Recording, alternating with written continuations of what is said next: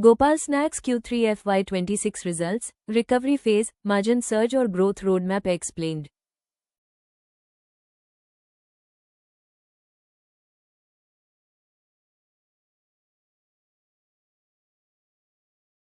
Gopal Snacks Q3 FY26 performance should be seen as a recovery and stabilization quarter rather than a high growth quarter. The results show that the company has largely moved past the operational shock caused by the Rajkot manufacturing facility fire in Q3 FY25 and is now focused on restoring profitability, rebuilding scale and preparing for sustainable growth.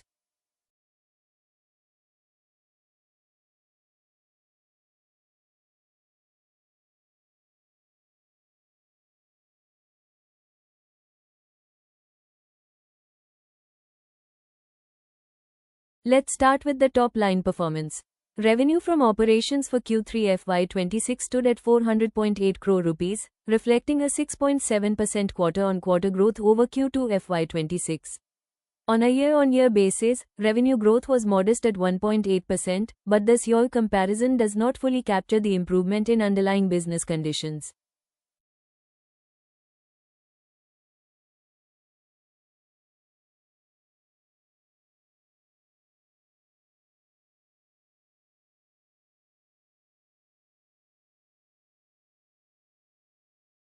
The company is coming off a period where production capacity was constrained, and management consciously prioritized operational stability over aggressive volume push. Importantly, if we exclude subsidy income, revenue growth was 8% COGE, indicating that demand traction is returning as supply constraints ease.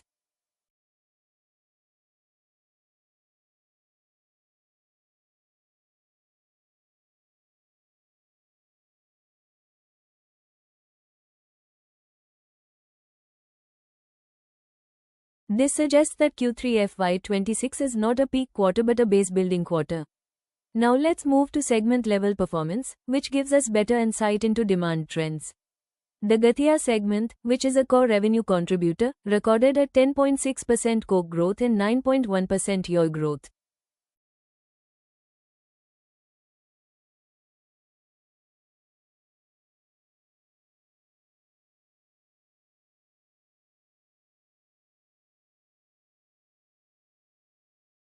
This growth was primarily driven by improved availability, better utilization of restored capacity and steady demand in core regional markets.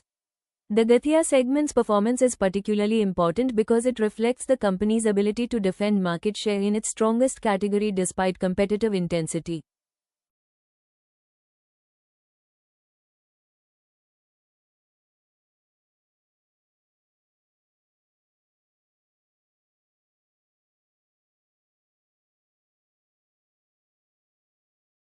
The snack pellet segment delivered a strong 20.8% COGE growth, which indicates both demand recovery and operational efficiency improvements. Snack pellets tend to benefit from scale and production efficiency, and the sharp sequential growth suggests that the supply chain bottlenecks that limited volumes in earlier quarters have largely been resolved.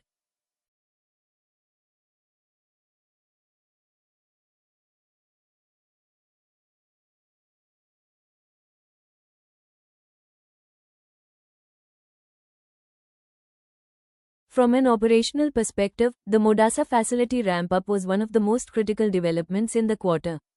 The plant has now become a pivotal part of Gopal Snacks' manufacturing base, with an added installed capacity of 63,085 MT, focused primarily on Gathia and Namkeen.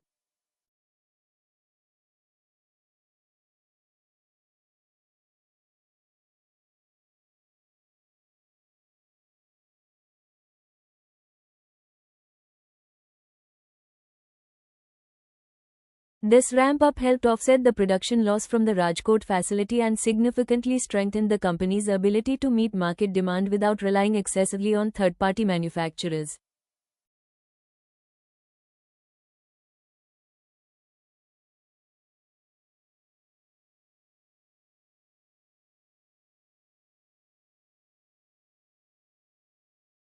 At the same time, the company continued to use third-party manufacturing arrangements, including a new facility in Manindragarh, Chhattisgarh, which provides additional flexibility and reduces concentration risk in manufacturing.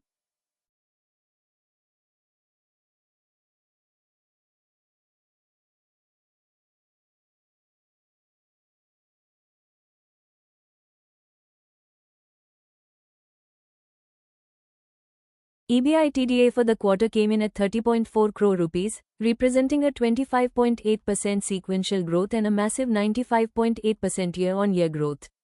EBITDA margin improved to 7.6% compared to 6.4% in Q2 FY26. When we exclude subsidy income, EBITDA growth was even stronger at 59% coke, with margins improving by approximately 240 basis points.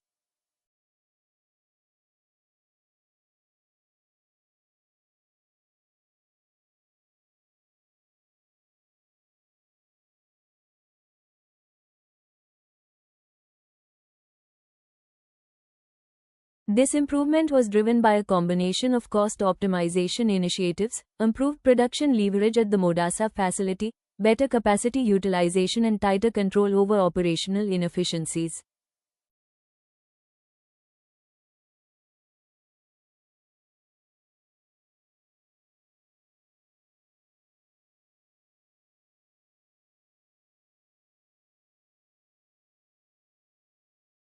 Gross margins also improved sequentially to 27.6%, reflecting better input cost management and operating efficiencies.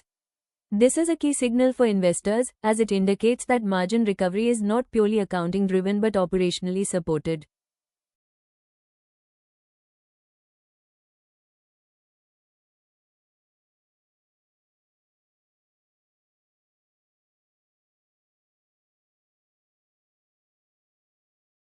Moving to profitability, profit before tax, excluding exceptional items, stood at 19 crore rupees, registering a 41.5% coke growth and a 152.7% year growth. PBT margins improved to 4.7% compared to 3.6% in Q2 FY26.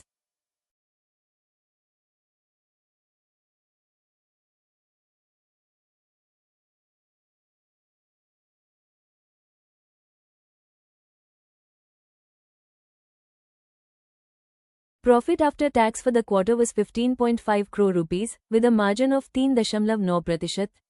While PAT declined sequentially due to the absence of exceptional income seen in Q2 FY26, the underlying profitability trend remains positive and aligned with improving operational performance.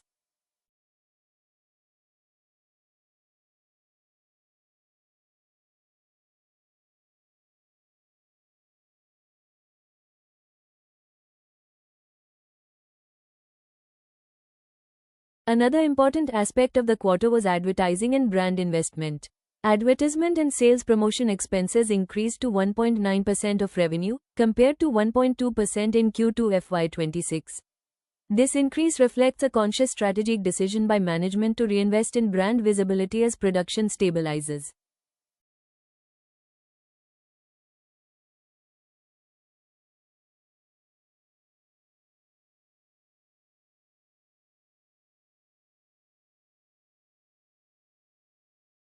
Key branding initiatives included digital TV advertising campaign for Gathia launched in January 2026, enhanced partnership with the Filmfare Awards, significantly boosting regional brand visibility, festival-focused marketing around Navratri and other cultural events.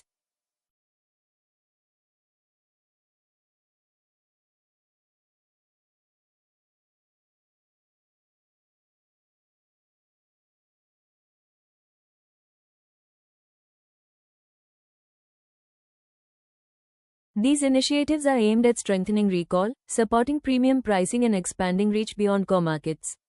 On the distribution front, Gopal Snacks continued to deepen its footprint. As of December 2025, the company had 881 active distributors and 93 micro-distributors under the SSD model.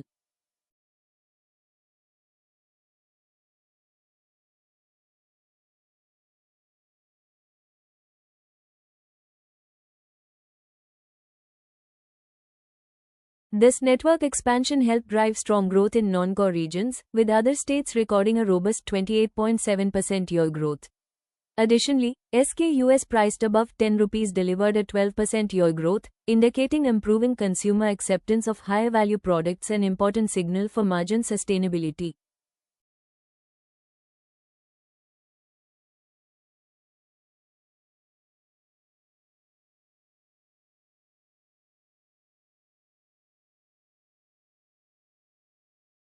From a systems and execution standpoint, progress on DMS and ERP implementation continued as planned. These systems are expected to improve distributor-level visibility, inventory management, reduce lead times and enhance overall supply chain efficiency.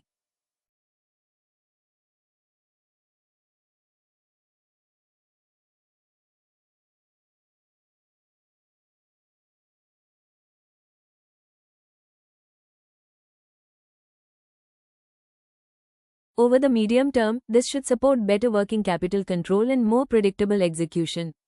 Looking ahead, Q4 FY26 becomes a critical quarter.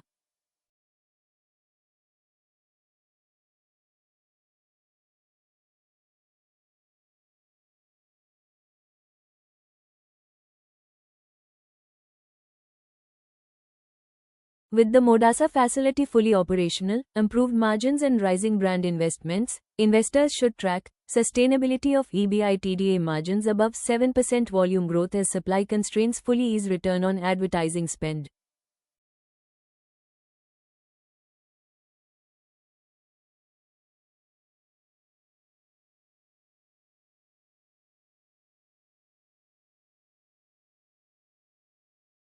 Expansion in non-core markets, progress in technology-led distribution efficiency.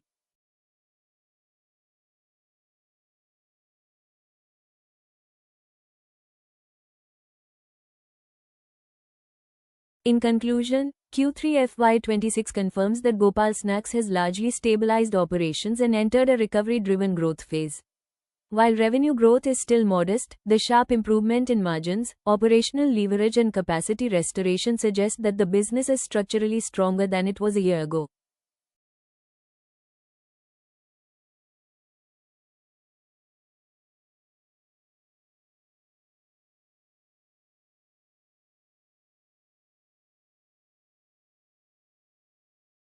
If you found this breakdown useful, don't forget to like the video, subscribe to the channel, and follow us for more detailed company result analysis.